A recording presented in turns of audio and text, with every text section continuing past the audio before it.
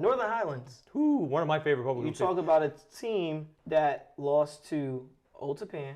That league is brutal. and Ramble, but they also Ramble twice. Those were the two programs that they only lost to all season, and the Ramble game went to overtime. Hard-fought game, they try to keep the ball, in their best player hands at the end, and I give a ton of respect. Unfortunately, they didn't get the 2-point conversion, but that was a hard-fought game for sure. We have Homedale. Fantastic quarterback. Who's up for Player of the Year candidate. Absolutely. For, in every In single our poll. all-state meeting, he was the first guy talked about. Yeah, Jack Cannon. Yeah. Homedale quarterback was the definition of unstoppable.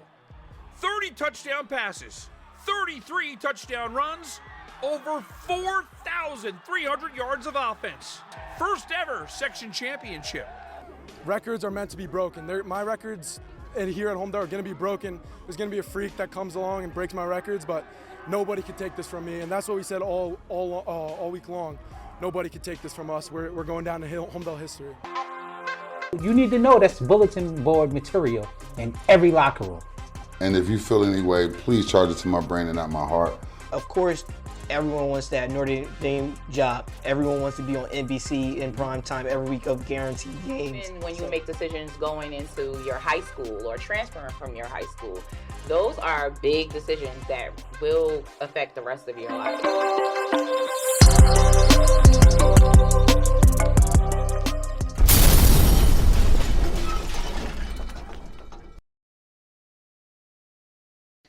This episode is brought to you by HSS, the #1 orthopedics in New Jersey. All right, so we're at that session now where, we're getting into the Zone 6, Keep It a Buck Top 20. Very controversial. Just, shout out to Mike Bright.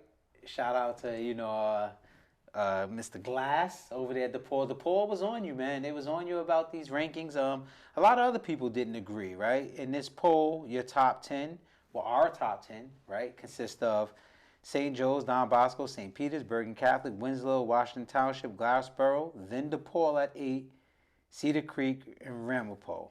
And it rounds out at the back end with Shabazz, Brick Memorial, and Homedale. Before you get into it, we got the luxury of having, the senior to this whole poll thing, right? Darren Cooper has been doing this. Senior, yeah, you're the vet in the building right now, Absolutely. right? So you've been doing this before me and Justin ever thought about commenting. 23 years, I guess, I've been doing polls.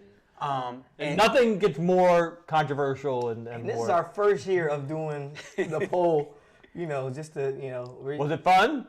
Absolutely. It was fun. It makes it fun. And until, when you get to the last week, that's when everything just moves around. I always used to tell people who would complain during the week, like, the last poll is the only one that really matters. Exactly. All right, just trust me. All our other polls are educated guesses as to what the last poll will look like. And then, when you get to the last poll, then everything is on the table, man. You got wins and losses, head-to-head, championships. What matters the most? So I will say that I'm gonna hold you. I know Justin ready. He ready to defend this poll. We're gonna work our way there. So, but prior to getting into that, as being one of the writer for NorthJersey.com, Varsity Aces, your polls there regards to having a lot of input on Bergen County all-county selection, which is the same as kind of like the poll, right? Yes, it is. It is. It can't Absolutely. just be, let's talk about what people expect and then what it really is composed of. People always think, first of all, people always view when we get the complaints about why didn't my kid all-state, why didn't my kid second team, they usually then say, my kid had more yards. Or my kids had more touchdowns. And then you're like, that's not the only metric we use to evaluate the kids and teams. But the funny thing is, I couldn't look at Giuliani and say, we evaluate St. Joe's this way. We evaluate the DePaul this way. Because you go into, it's like a sliding scale. What were your expectations of DePaul or St. Joe's or Bergen Catholic going into the season compared to a Westwood or a Ramapo, because a team that maybe you didn't think that much of going into the season, rising up and surprising you, gets a little bit more love from you in the poll. Yeah. Like you hot shot them a little bit. Oh, it's so good the season they're having. As opposed to Bergen Catholic got 3 losses, right? We weren't. Yeah, that must have been a really bad season for Bergen Catholic this year. So there's a whole different set of factors that apply. Now, when you're doing the all-state teams and you're picking players and stuff, it's even more complicated because you're evaluating college offers. You're evaluating, also, eye test. Do I think this kid's really got it? What do the coaches say to me off the record about this kid? What do the opposing coaches say to me behind the scene? He's the kid we got to stop. Darren, that's the part right there that I don't think, and I always tell people that. I say, the coaches know, because the coaches know. If you're not part of the other team's scouting report, don't matter what you did, forget what your coaches think. What do the teams you're playing against think, right? Like, again, when you were playing, because I'm trying to avoid this year, right? So when you were playing Bergen Catholic, I don't care who your coach was. I don't care what Vito thought of his own kids. There isn't a coach on that roster that didn't say, oh, that DJ kid? Oh, yeah, we got to account for him. He's a problem. I'm trying to figure out, he's keeping me up, right? That matters in postseasons, right? Because your coach is going to pitch his guys, but then the other coaches have their guys too. And it has to almost be to where I look at Darren and I look at Justin and I say, you know my guy's a problem. You know you lost sleep over my guy. And then they say, yeah, you're right, Lenny. We're going to let this guy in, right? Yeah, you know, not that, I have a guy and these were his stats. And it's like, okay, yeah, his stats was like that because we didn't plan for him. We planned for him. You get what I'm saying? So, Jameer Joseph is a perfect example. How many interceptions he may have led? Who's throwing the ball at Jameer Joseph? So how are we supposed to evaluate him? He was our defensive player of the year, and you see it in person. And I know when you say some of that criteria for some of the other guys, sometimes it's you got to wait your turn, whether you're a freshman or a sophomore, to have outstanding season. I totally cop to if you have kids who are special players, all right, special, and like they're on the list, but then you got one spot for the running back. And one's a senior and one's a junior. Who's getting the spot? Senior. The senior's going to get the spot. Especially if the senior has showed some consistency. Yeah, he probably think as a sophomore, he had a really good senior season. So even career award matters too. Exactly. When we do the Athlete of the Week that the record's been doing forever and ever, sometimes the week is, maybe they didn't have the greatest week in the world, but man, we knew that kid. He's been nominated before. It's kind of like 40 times he's been nominated. Right, so we know he's good. So it's kind of like a career earning. The big thing that we encounter all the time with All-State and all North Jersey is you have the non-public schools who clearly have the best kids. They have but you don't want to make your whole team 22 kids from Bergen, Bosco, Joe's, Bergen Catholic, DePaul, and Paramus Catholic, because even those guys, we just had Augie in there and he told us about this, like the kids, Brian Barry's of the world, the kids who aren't the 5-star kids are really the guys who make the team a team. What do you use the word? Level out, right? Level out. So I'm so lucky that you can go to a Hackensack game and you might see a kid. You're like, man, that kid's really special, and then the coach tells you, or you go to a Passaic County Tech game, like, Ian McDuffie, he could play, you know what I mean? So then you think to yourself, all right, is Ian McDuffie, we'll name a name, better than the 5th best kid at Bergen Catholic? Athletically, maybe on par. But how much did the 5th guy at Bergen Catholic matter to his team as much as Ian McDuffie maybe matter to the success of Passaic County Tech? So then you go not Ian McDuffie. You go with Ian. You go, yeah, exactly right. Yeah. I just wanted them to understand like the thought process into that, right? It's not who's better, like you said. It's if you remove this person from his team, what does his team look like? Exactly. Correct. So like at a lot of the parochial schools, there's about, between all of the classes, upwards of double-digit Division I recruits, right? Sure. So you remove one. As Augie, we just had him say, he said, next guy up. Well, it's not the next guy up at some of these schools, right? It's you remove this kid, and that record is no longer the same. Everything changes. And those are the guys that when you guys do postseason honors, they crack that. And they're also guys, and I'm sure we have, I don't want to call them guilty favorites, but there are kids you'll watch that every year for all North Jersey. I've almost picked one kid who has no business being on the team athletically. None. You know what I mean? Not getting Division I offers. He's small. He's undersized, but he knows the game. And I watched him play, and I'm like, if I had a team full of these kids, we'd never lose. Like you and your brothers, right? Make me a team of Wimberleys, we'd be a pretty good team. I don't care if they're all 5'9", 140 pounds. No offense, Jay. So I put a kid on this year, a linebacker from Dumont, who actually had pretty good stats. Could he play for Bergen? Heck no. Didn't matter to me. Dumont, 8 wins. How many times they've had 8 wins since 1985? Like 3. You know what I mean? There's got to be room. It reminds me of Natoli last year for DePaul Catholic. Great analogy. Yeah, there's got to be room on the team for guys like that. Absolutely, and I think when it comes to our polls of trying to include everyone and reward, people for playing their schedule, of course we're going to get to a segment. Of course, everyone is going to be like, oh, of course this team would beat the crap out of this team. But I think you have to measure, everyone against their own competition of schedule that they are scheduled to play. And then I think also when you go undefeated, we should reward teams that are, having undefeated seasons. I used to make the analogy about college football polls when people would say to me, yeah, but they would beat so-and-so. I'm like, yes, but in New Jersey, and in your poll, and my poll, nobody's ranking Montclair State and Notre Dame in the same national poll. But we're going to rank Glassboro and St. Joe's in the same poll. It's different. It's different. You can't look at them exactly the same way. You get Winslow beat Bergen, Winslow played Bergen Catholic got beat. They're apples and oranges. They're apples and oranges. So let's get this poll. I'm ready, J-Dub. I'm ready. No, absolutely. So at the number 20 spot, we have Homedale. Fantastic quarterback. Who's up for Player of the Year candidate. Absolutely. In every in our All-State meeting, he was the first guy I talked about. Yeah, Ooh. Jack Cannon. Yeah.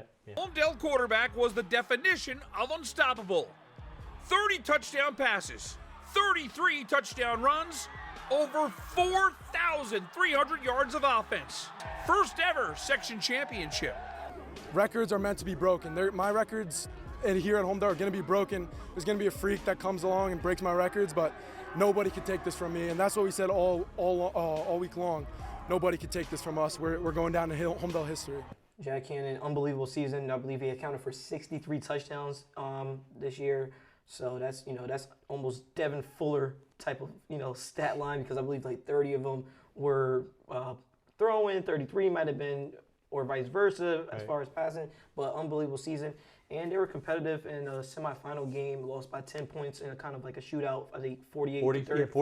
48-38 to Cedar Creek, who ended up, winning. Clearly one of the 5 best public schools in the state.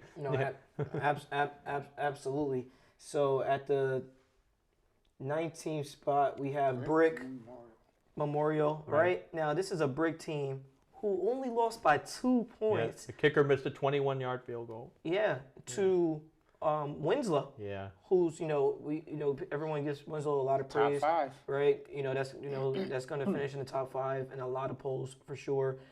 They beat a very good Rample team, but Brick was super competitive. In that game. Keep going, Jay. It sounds good. I'm liking it. Now at 18 we have Shabazz. Right. Ooh, I had them higher myself. Yeah, Shabazz. I think they were at 13.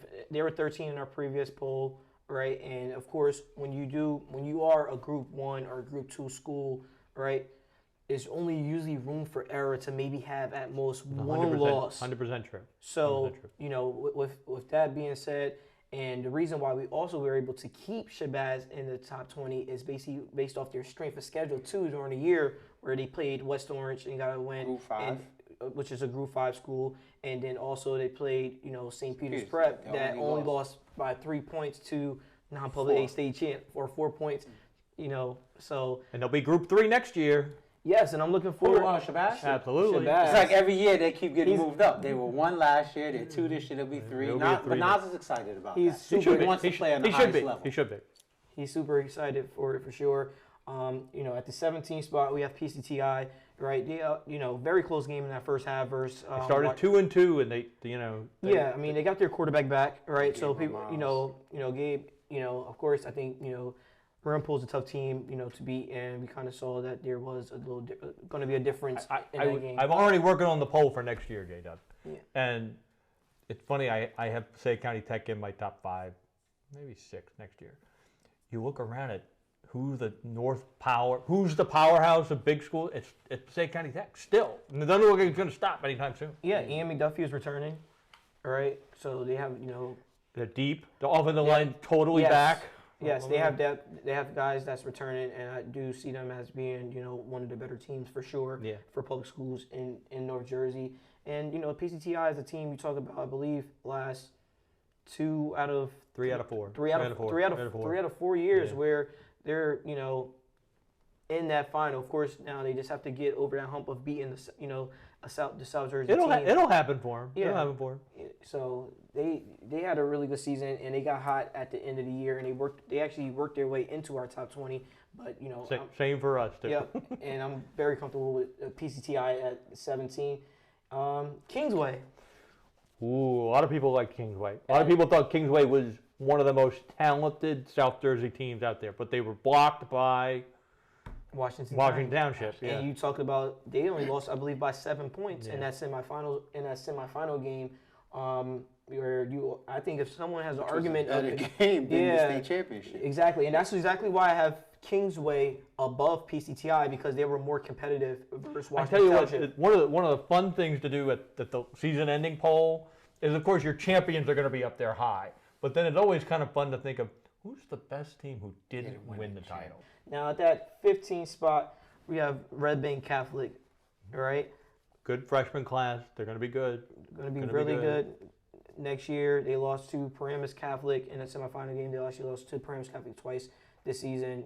As you know, Paramus Catholic went on to the final to play DePaul. It's a tough one because when you compare head-to-head with Paramus Catholic, from a body of work standpoint, Red Bank Catholic is better.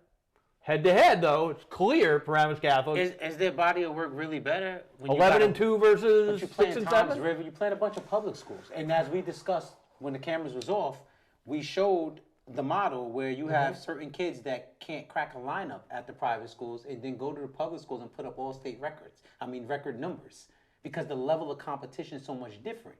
What we seen with Paramus Catholic versus Red Bank was, if all things is even, if you put Paramus Catholic on that schedule, I understand. they go undefeated on that schedule. Answer this. Keep it a buck for me, Lane. That's all I'm going to do. What team season-ending banquet would you rather go to? Who's is happier, Red Bank Catholics or Paramus Catholics? Well, the irony of you saying that. The irony you said, I know it seems like it would be Red Bank. Yeah. But here's the thing that I've noticed. Keep it a buck with me, Lenny. I'm keeping it a buck, and I can't understand it, but I've noticed it. I think that once you go through the playoff run, I see it with DePaul. Yeah. It's like they feel like their season hasn't been good when they don't beat the teams that they want to beat. Good, great analogy. I understand what I know where you're going. Once they get that chip, it's like those games never were played. I understand. And for Paramus Catholic, the morale was through the roof during their run. Fair enough. So I think at their dinner, in a those 6 losses means nothing. We made it to MetLife. I understand. They're gonna celebrate that. Okay. And they're gonna say we made it to the second hardest championship. Fair enough. That's going to be our argument as well. If Russo was the schedule the way the Red Bank Catholic coach scheduled, they won't be 6 and 7. Not nearly. They would their losses probably would be, if he was a schedule, because then you could remove Bosco, you could remove Joe's, you could remove Bergen off their schedule. They probably would have the Iona Prep loss and DePaul.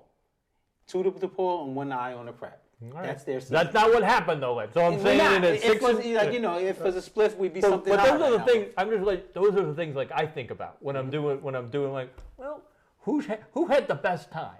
Whose parents are happiest? Whose kids are happiest?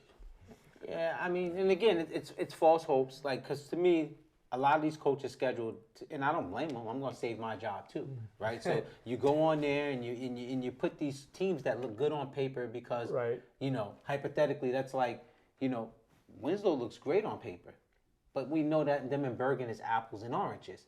Levels. Tom's River North looks great on paper, but with a private school model, that's apples and oranges. Yeah. You get what I'm saying? So like, you play Tom's River North, South, East, West. It's 4 wins. It just is what it is. Like, I'm not trying to be an Paramus Catholic apologist, but it's keep it a buck. So we got to keep it all the way real. Paramus Catholic dominated them for a reason. It was because they were a better team that played a harder schedule.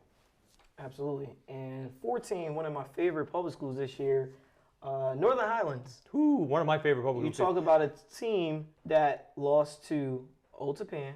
That league is brutal. And Ramble, but they also Ramble twice. Those were the two programs that they only lost to all season. And the Ramble game went to overtime, hard-fought game. They try to keep the ball, in their best player hands at the end. And I give a ton of respect. Unfortunately, they didn't get the 2-point conversion, but that was a hard-fought game for sure. And they beat Holy Spirit in the first game of the season. First game at 10 a.m. in the morning. At 10 a.m. in the morning, and Holy Spirit made the B semifinal, right? Mm-hmm. So these are the things you think about. All right, well, then that kind of gives me a guide. Hey, Highlands would be in the B semifinals. You know what I mean? That tells you that they're worthy of being in the poll. I had a fight for Northern Highlands in my poll, but I agree with you 100% on that. Yeah, I feel like they definitely belong right there for sure. Right above them, and it's going to start getting interesting. Paramus Catholic is at the 13th spot, right? A lot of people are going to say, how does a team under 500 make the top 20? And they're the only team in the top 20. The argument I just gave. Right? But exactly what you just said, and they were there at the end, and of course, tough competition, but it's not giving them a crutch or excuse pass, but. So I learn a lot from the comments in these pages and different things because I'll look at things one way, and the beautiful thing about myself is I don't have a difference in opinion to be right. I have a difference of opinions to be educated, to be informed, should I say. So I can argue something strong that I feel strongly about, but once you make a point that's like it's undeniable, I'm thankful for that because that's new information for me. So I agreed with a lot of the people and what they said in regards to DePaul and Paramus Catholic. But then I listened to what some of the DePaul people had replied to some of this, and I thought, wow, that's something. So we'll look at Paramus Catholic and we'll say, look at what their record is. Should they be there above certain other teams? And we'll say, DePaul will argue they should be higher, and some people will say, no, you played in the B division. That's where you were. Your record was 4-5 and 6 heading into playoffs, or something like that. 4 and 6. And what they said is, and this goes for Paramus too, which I think was a great point. It says, you're holding us accountable to challenging ourselves. We are a B school. We have B enrollment. We play Bergen, Bosco, Joes, and St. Peter's because we choose to challenge ourselves. When you see us go down on a playoff run, that's us playing in our likeness, and that's what we look like. So when I thought about that, I'm like, you know what? Can I really hold those losses against Paramus Catholic like that? To Bosco, blown out. To Joe's, to Bergen, blown out. Can I hold them? Because that's not their division. I get that's who we like to pair them with, but that's not how they're constructed. Their real competition is St. Thomas Aquinas, Donovan Catholic, DePaul of that level. So do we really penalize them for challenging themselves? The thing that clouds or shapes a little bit of my evaluation and judgment of Paramus Catholic is that they didn't used to be big, and they used to be the team. Understood. And I went into it before I just constructed this argument I just made. Yeah. That was my stance. Yeah. But then I read what I just said, and I'm like, you know what? I might be rough. It is it's a very valid point. I'm just saying, that goes into one of the things that said, my expectations for Paramus Catholic still coming into the season. I still remember when they owned the block. Yeah. Mm-hmm. So they don't own the block anymore. It's been a while since they were even a presence on the block. So I think that shapes my judgment of them a little. But I like what you're saying. It's a valid point. Yeah, and they were competitive actually in the championship game. They were. Right? Where I feel like at one point it might have slipped away from them. It did. It was 21-0. 21-0, and they fall back. That's where I'll go. Remember, Russo's team had the same schedule last year. They got a bunch of guys hurt, but they didn't put it together to make the run in B. They were B. So this year they're in B, and they did. Even though they suffered those losses, they weren't beaten. You know what I mean? Even though they got their tails kicked a couple of times, they approached the playoffs with a fresh start, and they won 2. You know, they had to beat. It is hard. I thought the Red Bank Catholic game a second time was going to be a tricky one, but they won. So kudos to them. By a good margin in that Red Bank Catholic game, and 2 extra points really hurt them in that championship game, where it's like they couldn't get it out of that. You know, one score. I know. Get it you one really did game. have the impression if it was 21-13, ooh, does DePaul get a little tight? You know, does DePaul get a little tight? Because all the momentum. And Russo said to me after the game too, like, if we'd have kept playing, we would have won. But he's also knowing, like, the game doesn't work that way. But if we kept playing, we probably would have won. Absolutely. Now, we're talking about a champion up next, Camden at that 12th spot. I know Camden's probably not happy sitting outside of the top 10 after being, you know, a state champ. They're, you know, Camden's a Group 2. For now. And they're probably going to be moved up too. Yeah, and I looked at their schedule there, but compare what we always say about the Group 1 and 2. To finish very high for 1 and 2, you almost have to go undefeated. They're a 2-loss champion, right? They also lost to a team, Shawnee, during the season that ends up losing by 40 to Winslow. Yeah. So kind of look at that. There's a blemish. I know what you're saying. Definitely a blemish for sure. So if they need to know how do we, you know, we're looking at this, but for 1 and 2 is you almost need to go undefeated to finish in the top 10. And I think this is beautiful, right? Because, you know, no one gets to question Darren on why'd you do it. No one gets to question us on why we do it, right? And no one has to agree. But the rationale, I think, is very important. Isn't it funny, though, too? Just listen to us at home. The way he's evaluating Camden and the way we're evaluating Paramus Catholic and the way we're evaluating Kingsway, we've used different factors for all of them. Paramus Catholic, well, A and B. You know, Camden, you just said X, you know, about the loss and the being a Group 1, 2. Kingsway, hey, well, they have the good, you know, so there is no, the question I get all the time, what factors did you use? I can't tell you, man, because they're all different. Like, you're evaluating. And we always don't agree. I want y'all to know that. Like, we do not have, you know, the same opinions. When we do a poll, and sometimes I agree with Just, but I push back just because I know what the other side is. I say, Just, I agree with you, but how about this? Bergen should be number 2 because of this. And he'll go, well, Lynn, because of blah, blah, blah. And we'll go back and forth, and then I'll say, do with that as you may. You know, we take that argument and do with that as you may. We try to find a common ground, you know, and I'm pretty sure that's what everyone has to do on different committees, you know, college football playoff selection, you know, very tough decisions, but, you know, you guys like to hear what we have to say about these things, and it makes it fun for sure. We have a Teams chat, all right, for all of our writers across the state in the USA Today network. Nice. And we, it's called USA Today Super 25 Rankings, and it is a very long. And then everybody votes, you know, first. Everybody votes every week, and then, but there's also conversation. Like, why do I think this team should be here? Or suggestions. A lot of times the guys will make suggestions, like, hey, Red Bank Catholic should be somewhere between 16 and 20. Now, you listen to all that, and you still, much like he does with you, you take it to a grain of salt, and they're, I'm going to do it the way I think is right anyway. No, I like to leave Justin with that because he's my fall guy. So once Justin go, I'll be like, I told him. But he just did what he wanted to do, you know? I definitely take his input for sure.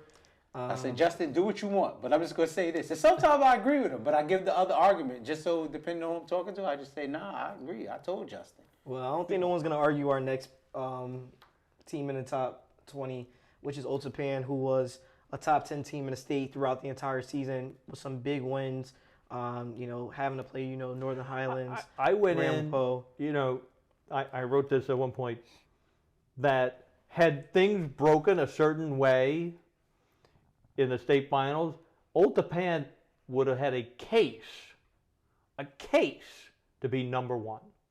Because if Passaic County Tech had won, and if Ramapo had won, Old Tapan's got a win over Ramapo, who has a win over Passaic County Tech. So doesn't that make them the best public school state in the country? keep a buck, right? Doesn't it? I'm not going. Doesn't it? Doesn't it? Old Japan Shabazz would be a heck of a fun game. Oh, you mean in the public school? But in public school. Oh, absolutely. Absolutely. All right, so Absolutely. now Okay. you have an undefeated let's play it again. If things had broken a certain way, you have an undefeated Old Japan team and a 2-loss St. Joe's team. Now listen, of course, if they lined up and played, it'd be 35-0 at halftime. I know, but who's having a better team banquet? Although Joe's not gonna have a good team banquet, but Old Japan's team banquet would be a fun team banquet. Old Japan, 12-0, Group 3 champ with a win over the Group 4 champs, who beat the Group 5 champ. Justin always mentions this, and I think that this is what some of the followers would probably prefer, right? And probably a couple of different variances. This right here is an all-inclusive poll, right? And it's all relative. It's relative to what you play in, not who you can beat, right? Yeah. How you're doing amongst your peers. But then what a lot of people want to see is a power ranking, right? Because that's what that is. Joe's would kill Old Japan, right? Correct. But Old Japan would have been Right, number one, Catholic right? would kill Old Japan. Exactly. Yeah. So a power ranking would rank, based upon, that criteria where the best teams are probably at the top 10. But that's not the criterion for an all-inclusive poll. I had a DePaul parent hit me and say, who do you think are the top 5 or 6 teams before the poll dropped? I said, do you want to know who I think the best 5 or 6 teams are, or who the top 5 or 6 teams are? It's a different question. Yeah, It's a different question. so. Yeah. Now, this is where we have a little bit of a I think I know where you're going. Go for it. Ramapo at the 10 spot. Yeah. Ramapo is sitting at 10 because they were very, very, I don't want to say very competitive. The game, it was a very good It was game. competitive. They were winning with 6 minutes left in the game. Exactly. But you also never felt like Ramapo was really going to win. No. I mean, there was moments where like, wow, maybe they could pull this off. And then it was like, Winslow was like, you tugged on our cape? All right, too bad. Touchdown. Now, I felt like it was a little bit of a difference on the kick return, right? The momentum. Sure. And I'm like, this is going to be a tough one because they have an answer every single time. Like every single time, Winslow had an answer for them to make a big play, and it was back and forth all the way. So even, I believe, the 2-score margin, the game felt even closer. It did.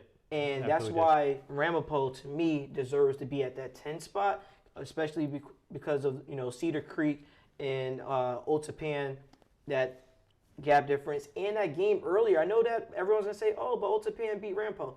That game was early in the year, all right? That game was not, it came down to the last play.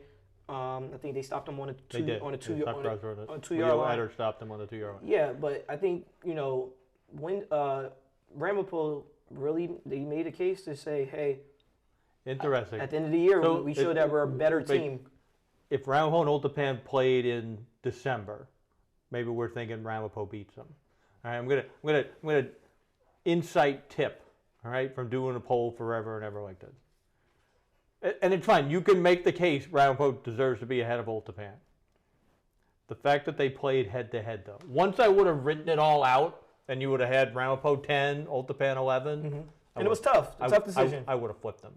If there was room in between them, I wouldn't have. But if I looked at them head-to-head like that, I would have flipped them. I think I would have felt better flipping it if it was at the end. I'm with you.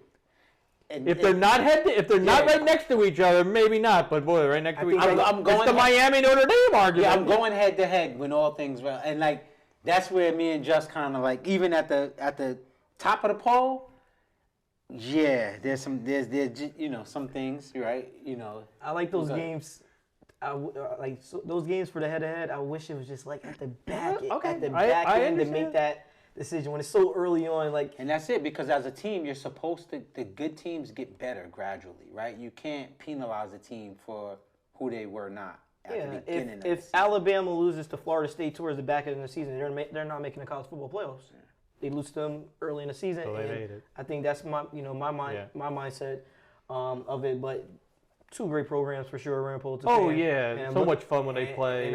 It's going to be a lot of fun. It's Bergen Bosco Public Schools in Bergen County. I mean, I love the league they play in too. It's like that Super Conference Red. That's my favorite. But league is for Publix. That division is a monster. You talk about Old Japan, Ramapo, Northern Highlands, Wayne Valley, Wayne Hills. They're changing it. There was some. They did make some changes in the divisions, though. There is some changes. Passaic County Tech got changed, right? They're playing basically in Hudson County, Yeah. Essex County. They don't have no nearby games within the league play. But moving on, Group 3 state champions had the biggest jump in our poll from our previous one. Jumped 10 spots. Cedar Creek put on an unbelievable performance at MetLife with a huge, I believe, 31-6 win. Yeah. Yeah, they were the most impressive. They were the biggest surprise to me on the Absolutely. weekend, and they were very good. because I did choose Old Tapan to win that game. I did as well. Now you got me looking up what they did with. So Cedar Creek, shout out to Cedar Creek. Finding your way into to the top 10, and All right. great performance. Circling back, the division of Liberty Red is now Highlands, Ramapo, Hills, and Valley. They kicked out Hackensack and Ridgewood. Okay, that makes sense. Hackensack Yeah, and Ridge will so- go closer. Yeah, and you get like Hackensack and Ridgewood are now with Passaic, Clifton, and Eastside. Passaic Tech goes into the Freedom Red. Anyway, it's that would have been a nice one to keep. Good call. Now this is the time that everyone's been waiting for. First off, everyone has the thing like, hey, DePaul is behind Glassboro. But one of the things I didn't see in the comments, unless I missed it, I haven't probably looked in the last day or so. No one's complaining about DePaul being behind Washington Township. So you talk about a public, everything's about Glassboro this. We'll beat Glassboro by 40. Do I think they could beat Glassboro? Absolutely. But DePaul, this is why you're at number 8 in the in our top 20. You talk about DePaul as a team that had an impressive win versus St. Peter's Prep in the month of October on the road, won by 10. All right. Then you go on to lose to Del Barton, who finishes 4-6. Now you opened up all the cans of the worm, opened up a can of worms for me to move as Nate. You guys played Paramus Catholic in the championship game, and Paramus Catholic convincingly beat Del Barton. Yeah. And for Glassboro, they went undefeated. And what we were saying, at the beginning, for Group 1 and Group 2 to finish well or to be rewarded, you have to basically go undefeated. And I think that was taken away. I put DePaul in front of Glassboro with DePaul losing to Del Barton, who finished 4-6. I feel like we're doing a disservice to Glassboro at the end of the day. This is a body of work factor for me. DePaul's body of work, And it was at the end of the year. does not merit being much higher than 8th. Shout out to the state high. championship, 3 out of 4 years, right? So I'm not gonna sit here and bash DePaul, right? But we also can't say DePaul is one of the 3 best teams in the state. No, absolutely not. At one point, they did work their way to the number 3 after beating St. Peter's Prep. Absolutely. So win the games, as we say, win the games that's in front of you. You had the opportunity to win games to stay at a number 3, even though you're a non-public B. They actually did have an opportunity to be a 3 or 4, but losing to Del Barton at the back end of the season kind of dropped them for sure. Loss, a lot of points. Yeah.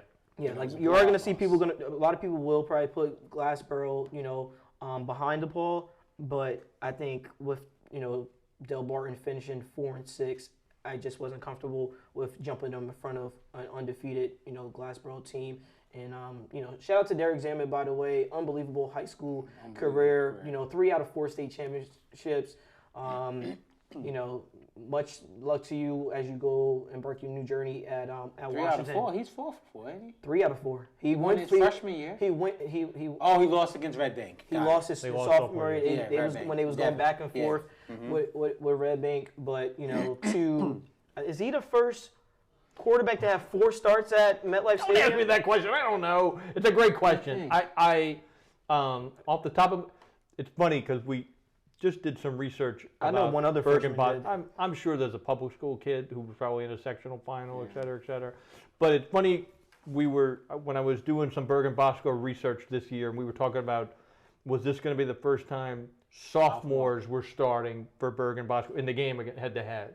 and it took me down a rabbit hole of who the starting quarterbacks have been for them the last 25 years. There's nobody who started there 4 years in a row. I know one person that did, not a quarterback. Jabril Peppers went 4 for 4. He did go 4 for 4 at MetLife Stadium. Yes, he 2 at Bosco, 2 at Premise Catholic. If anyone else could let me know of someone else, that's an impressive stat line to just have 4 starts. What it told though? Well, they got beat by Bergen one year. They got beat by. Okay. Yeah, so they have to be a starter, so not be on a team. There's, Right. there's different people. Will Hill, oh my goodness, Yeah, right. there's different people that's been on the 42-14. team, but Yeah, to be a starter, Will Hill was a bad man. Jeez. Yeah. so yeah, that's where the decision comes from, the Glassboro DePaul. And, you know, another nice jump in the poll at the number, well, I'm not going to skip the Glassboro. Glassboro went undefeated, right? We pretty much by default talked about it. Shout out to them. I also, shout out to Sab for being Gatorade's, player of the year. Also in the fastest Group 1 team I ever saw. Yeah, and he's ranked number like one. St. Joe's quality speed. I'm not saying they have 15 guys who could run, but they have 4 or 5 guys who could really run. Yep. So, Coach Breaker, if yes. I'm not mistaken. Congratulations on another. I know it's back-to-back. For them. A little controversy at the end of that game, though.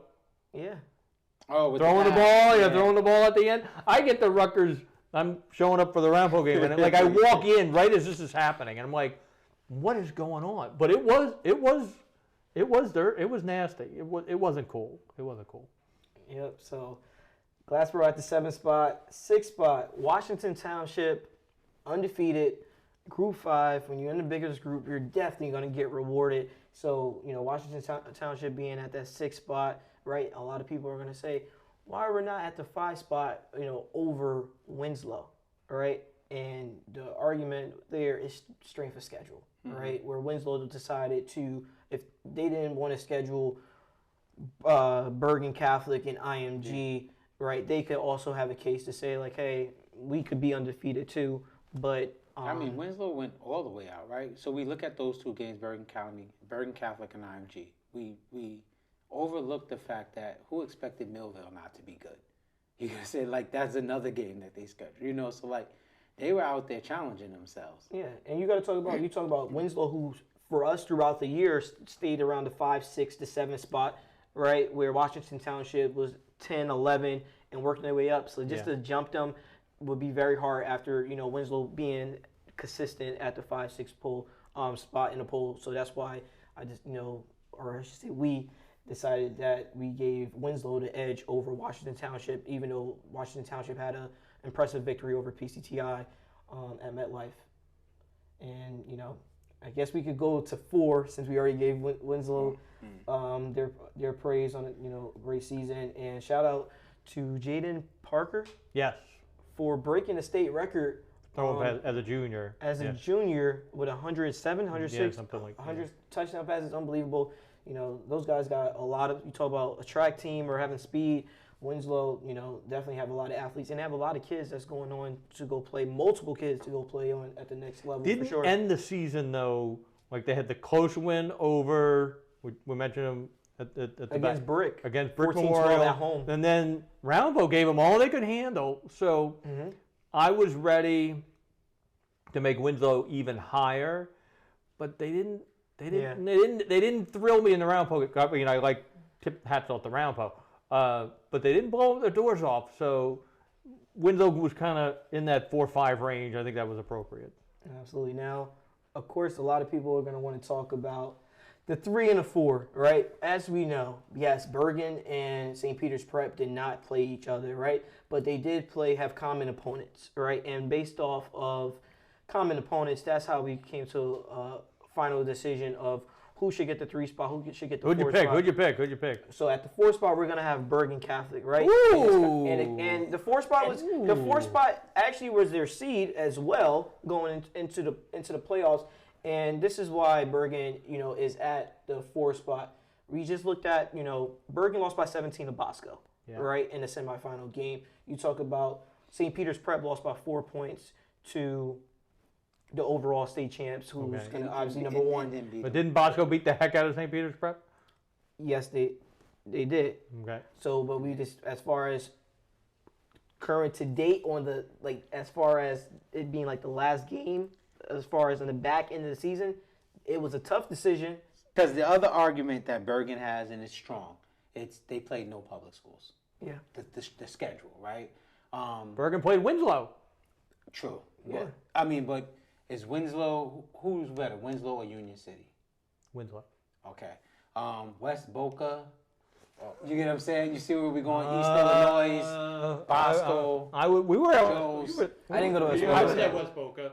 West Boca's still in the playoffs too, by the way. They're still alive. Yeah, but They have you a lot of know, close games this year. to Justin's point, also, you know, the back end of the schedule does matter, right? Not how you started. You know what you're doing towards the end. St. Peter's is rolling. I mean, this one's a tough one for me. I think St. Peter's is too high. I'm not sure St. Peter's matches the body of work to be this high. I mean, they have a win over Joe's. We all know that the win Joe's wasn't necessarily 100%, so I don't know how much gravitas I give to that win. And Bergen's win over Winslow is a quality win. It's a quality win. Some people would say it might be their best win. It really might be. And also, I do think there was a clear sort of dividing line between Bergen, Bosco, Joe's, and I thought Peters was maybe a tick behind. But that was my take. That was my take. Where do you see, as far as like a 6-7 range you would have? That's where we ended up with Peters, somewhere around there.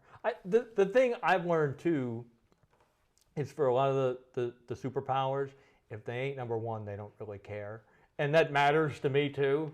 So I think to myself, you know, Richie doesn't care. If he's not number one, he doesn't care if he's 8th or. And I think Bergen feels the same way. Like, that's true. Yeah, I think that's throw true. the whole too. shit in the garbage, right? But then the whole Next thing. season. But that's where Winslow becomes a problem, because clearly Winslow is the first, second, or third best public school team in New Jersey, and Bergen Catholic has a decisive win over them. do you think St. Peter's could beat Winslow? Of course. No, some people. I don't know who would think they couldn't. St. Peter's hot knife through butter. They would cut through that like a hot knife through butter. Yeah. They would, but it's a great. It's a valid conversation, because, you know, Peters. And almost like with the playoff rankings and poll, as far as when they, you know, I know they had Peters at 2, they had Bergen at 4, Joe's at 3. So really between St. Peter's and Bergen, kind of where you could say it was like, you know, a toss up, right? You know, I think for me the final decision came off of St. Joe's being overall champs. And Who wins if Bergen plays Peters, J-Dub? If Bergen plays Peters, Yeah. I think Bergen matches better versus St. Peter's, honestly. But that's just a hypothetical. It is, and then it all goes back to what we were saying, that there are all these different factors, and now you're really, when you start to split hairs, you really start thinking about, okay, well, hypothetically, what would happen if X happened to X played Y? I actually think. I think Bergen, as far as I think Bergen win by a touchdown. Yeah, I'll say. Yeah, and I think the difference, if Bergen, you know, sustains a good running game versus St. Peter's Prep, I think that's the difference. Now, if they can't run the ball against St. Totally Peter's Prep, true. I think St. Peter's Prep that's valid. could actually beat them, because you also see a St. Peter's team where name-wise they're 7, like in the box. You know, not a lot of big names, right, on that defense. All their big names are in the secondary for St. Peter's Prep, but those guys are scrappy, and they came up with some big stops in that Joe's game to make it. But that's just Joe's. Yeah, the competitive game. Present against Bosco. Yeah, it wasn't. Not at all. Styles made games, like, and I think that Joe's is just a bad game for Bergen and Bosco. But no one else is that type of bad game for them. You get what I'm saying? Yeah, I feel like people match different versus each other. Yeah, you know, and I think that St. Peter's will play better against Joe's than clearly they played against DePaul, Bosco, or Bergen for that sake, right? It's dynamics of the team, and different styles make the game. All right, well, Jay, I already know who number 2 is. So yeah, so they had a good year. Did you have any thought of not making them 2? No. No. In a typo text message I did, because I forgot to switch out the week. I woke up out my sleep like, yo, what the fuck is this? Like, you know, can I tell Justin, just my phone goes on Do Not Disturb at 9. I might answer you, I might not. I gotta use the Outlook. I said, where did Justin just because I have saw it in some national polls. There is, a national poll. I believe it was USA Today that had Bosco ranked ahead of Joe. Yeah, someone did have saying? Bosco ranked in front of St. Joe's. I definitely And seen I know in like another fraudulent poll, like this High School Football America poll, like Joe's beat Bergen, and Bergen was 30 slots ahead of him nationally. that right? is But what you know, happened. like people have That is their what own happened in interests, that and situation. they let it show through their polls. I thought Jess was, was Yeah, there. so 'Cause Jess is a Bosco alum. I'm not alum, but Yeah. honorary. It was a typo because usually when we do the top 20, it's like a copy and paste, and like each week is like, all right, let's just move a couple. And I forgot to move the top 2 in the message that went out for the initial one. And I'm like, oh, my bad. No, we're on the same page. That Bosco, should be at 2, and Joe's. The way I have orchestrated my poll ballots for the last 10 years or so is you almost have groups of 5, 1 through 5, 6 to 10, 11 to 15, 16 to 25. If you're in 6 to 10 and you lose, okay, you're probably dropping to the third tier. Bands. So you got bands, yeah. All right. And then if you lose, if you're down there, then you drop down. If you're in 16 to 20 and you lose, you out. But now there are always teams that are ready to come rising to come in that you kind of have on your radar screen. And so I'm almost certain that's the methodology a lot of people use. As you almost look at bands is a great way to put it. Some people even maybe do 1 through 10 and 11 to 20. So Bosco lost. So when I was putting it together, I was like, well, by rule, like they need to drop, but they're 11 and 1. They don't drop. And I think the conversation for them, of course, it's not an argument on a state level. I think they're still a really good national program at the end of the season. Before, like we said earlier, they only gave up 9 points a game. Right? That's, you're talking about a defense. The last time that happened when I was at Bosco, we only gave up 8 points a game, right? And won a national championship. But that team right there, very special, and looking forward to seeing Bosco because they do have a lot returning. They do. And I'm already thinking about next year, and it's kind of like, does Bosco go on the revenge tour of all revenge tours next year? I'll tell you they get Joe's at. I already looked. A lot of people might say get Joe's at home in the next year. In the regular season. At Bosco? At Bosco? Yeah. So but you always gotta equate for that, that spoiler. I think St. Peter's is wheeling and dealing right now, and they bring a lot back. I know and a lot like Joe's coming in this year. A lot of people didn't know what they have. I remember being in a conversation with one Bergen guy. He's like, "Oh, who's their running back? What's their line? They lost Jameer," and I'm like, "Okay." Well, they only needed Jameer for Quincy, for Dez, and for Elijah, whom are all gone, right? So now it's the new band, right? It's a fun offseason. St. Peter's got something coming back, man. It's a fun offseason for sure. It's not one of those clear things where we, in the last couple of years when, because Bergen went on a run. Yeah, Bergen was every time we say, like, all right, we talked about who's going to be 2 and 3 for the most part. We knew Bergen was going to be at 1 going, in our pre-poll. But this offseason, I can't tell you who's that number 1 for sure that we're going to roll with. You could say, hey, Joe's is the champion, throw him at 1. No one could, argue that. But it's, let's see where the pieces fall. I didn't do that. Yeah. but also, it's so hard because evaluating these teams in December, what they're going to have in 2026, we all know is not really who they're going to have. Once we get a lot of pieces moving around. Yeah. Yes, that's the beauty of North Jersey. And then the funny scene on South Jersey, that's the public school beauty. It is. That's how South Jersey public schools are. You look and they're there and they're not there. Yeah, it's gonna be kids that are juniors because the transfer rule that people are.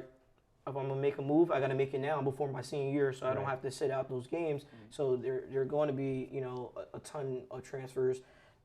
Where you're going to see after Christmas break, when 2026 comes in, you're going to see a lot of new faces in certain buildings for sure. So number 1 is?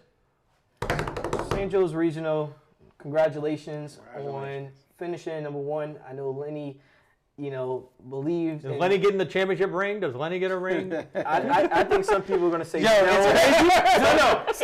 In the Jones, some of the players are going to say no. They would say no, right? Yeah. But everybody outside would be like, he definitely deserves it. Shout out to Mikey Wooten. She said, I need a coaching pad, a jacket, a helmet. She texted me. She texted August, said screenshot it and send it to him.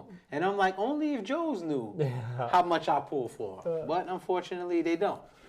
So.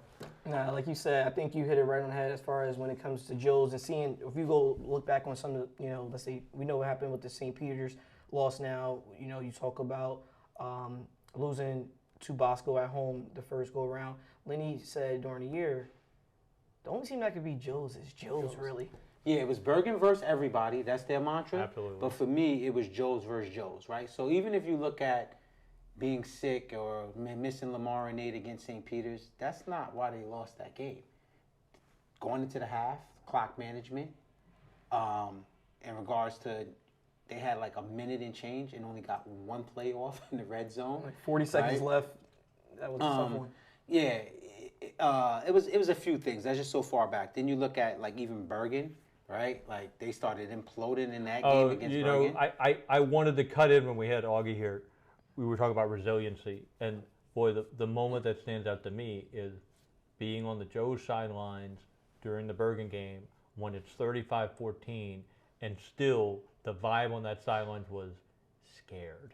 You know what I mean? Like, it wasn't over. It's what's going to happen? It's what's going to happen? It's like the 400 meter. You see what's going on, and it's like that walk down, and you hear the crowd in track. You hear whoop whoop whoop. Yep. And that's what exactly. They get the onside kick, and then you just feel like that silent. Yeah. And you start getting out of form. The person that's ahead, their form start breaking down. They're trying to do too much now, right? And ultimately, what usually happens is, you get passed. You get passed right before the finish line. And they were able to hold on in that game because 28-7 going into the fourth quarter. It was 35-14, right? And then Bergen scores. They get they score. They get the onside kick, and then they throw the pass, and they score. Okay, right you're away. talking about 8 men on the field. Well, I know. Then delay of game. I know. So again, that's a Joe's versus Joe's. Then you look at Bosco. They come out. They mix 3 extra points. Again with the substitutions. Again, man on the field.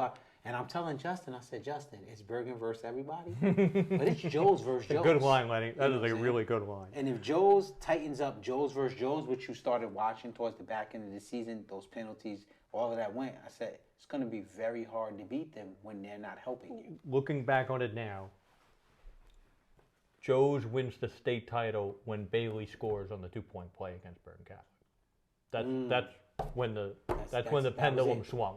That was when the pendulum swung. I would agree, because I would say that was the moment where they no longer believed, they knew. Yeah, that's they knew exact at way. that point. Right. When and he scored, and it's a close play too. He doesn't get in by much. He is in, but he scored.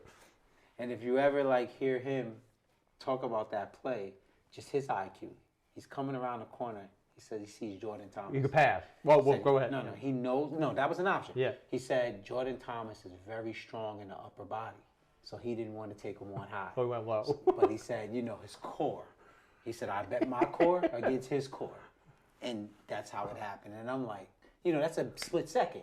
But that's Nate thinking the game. Oh, Lord, that's a great story. Yeah. So unbelievable team as far as St. Joe's, because with the injuries, it's like, how did they pull it off? I think Mason guys is, definitely, stepped up huge, for them, because he basically almost played a flawless game in that Bergen game as far as, He was fantastic.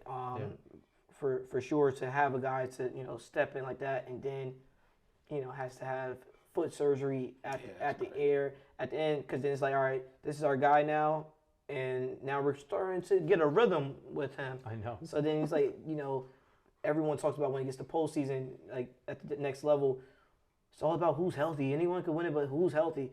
Joe's wasn't the healthiest team, and they still found a way to win it, which is... Taj Gray finished with 101 tackle in 10 games. Most people don't know the second St. Peter's game, he had a strained groin, a pulled groin. He's playing that game. Or was it DePaul? One of those 2 games that he went crazy on. And it's just like, those were the things, just guys selling out for that cause, like that elusive championship. Because whether shout out to Kevin Gray, which is Taj and Chaz's father, he was very upfront about telling his kids, it's now or never, right? And that was a lot of the sentiment there because those guys all hang out. Not only the kids, the parents, right? You have Nate Vaughn, the father of Jackson Vaughn, very tight with Taj Gray's father, Kevin Gray, who's very tight with Joaquin Allen, Makai Allen's father, who's very tight with Phoenix Evans' father, right? Who's very tight, who's cool with Mo McLean, the father of Kenyon McLean, KJ. And all these guys talk, right? You know, all these guys, they know what each team has, what each team's bringing back, and you know, Kev Gray, who we refer to as Ice said, you know, coming into the season, it was a lot of whisper about Bergen, Bosco, but behind the scenes, him and Joaquin Allen, which is Mikhail, said, it could be us in the finals. Yes. And that's what it turned out to be. But what Ice knew, that Joaquin, he's like, he felt like he had the better team. And he said, I don't care what injuries y'all got. You got to get it done now. Because if you don't, that's it for your high school career. We'll see what happens with that, you know? But I just think the story is a good story, right? Just the whole now or never mentality. Sure. And, you don't know if you're going to get back there. Yeah, right? you don't know. What you have is right now. And that's what they were. So again, back to that moment where we said one word. Justin sends the text, he says, we got to get one word to describe each team. And, you know, begin working the phones. What do you think, Augie? What describes you guys? I called one of the biggest Bergen supporters, right? You know, he's everything but in the coaching staff. Loves it, puts his heart, his soul, his time, his money, everything into it. I say, give me one word to describe y'all. He said revenge. You know, we knew Bosco was hungry from the end of last season. Win everything.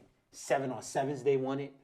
Win sprints they won it. Like, they were due to have like, you can't just win like that. I thought that was gonna be a tough game for Bosco, for sure. I mean, of course, I think they jumped out on Bosco in the semifinal game, Bergen Catholic. They did, 10-3. 10-3. And then, was it? Ramos had the pick on the sideline, 10-10 at half. What do you think about that call in regards to the fumble? I never saw it clear enough to have a judgment. They put the video out. I know there were, but I never. And where I was standing at the time, I was in the worst spot. I was in the opposite end zone, as far away from the play as humanly possible. So I didn't get a good look at it myself. I did, and I never saw it really clear that it was one way or the other. The officials, they do a good job. They really do. And we can harass them all we want, but they get so many more right than they get wrong. So I'm not gonna slam them on this one. Well, the thing we do know is high school football is in good hands in New Jersey. For sure. A lot of returning talent, right? Yeah. You're gonna have teams for sure that should be ranked nationally going into next season. You know, it's a new cycle that's coming out. You're gonna see, you know, some of these top teams play some, you know, big independent games. You know, go on a road, have people come to them.